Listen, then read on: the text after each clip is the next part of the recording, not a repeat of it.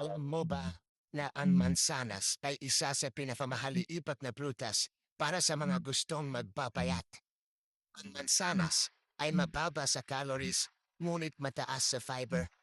Ang fiber ay tumutulong upang mas matagal kang mabusog.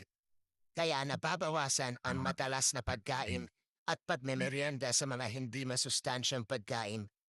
Mayaman din ito sa tubig na nakakatulong upang mapanatiling hydrated ang katawan. Kapag sapat ang tubig sa katawan, mas maayos ang digestion at metabolismo. Isa pang benepisyo ng mansanas ay ang natural nitong tamis. Maari itong maging mas healthy na kapalit ng mga matatamis na pagkain tulad ng tsokolate, candy, at mga dessert na mataas sa calories.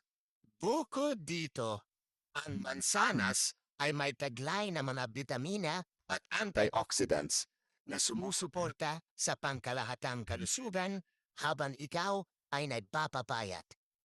Ngunit tandaan, walang pagkain na kayang magpapapayat ng mag-isa. Ang susi pa rin ay balanseng pagkain, regular na ehersisyo at tamang disiplina.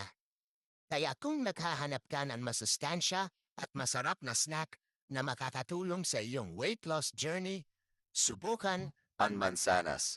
Simpleng prutas, malaking benepisyo.